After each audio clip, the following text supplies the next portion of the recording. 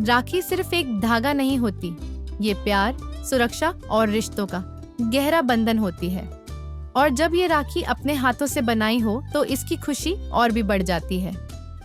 आज की वीडियो में हम बनाएंगे एक सिंपल और एलिगेंट पर्ल राखी जो आप घर पर आसानी से बना सकते हो। चलिए शुरू करते हैं।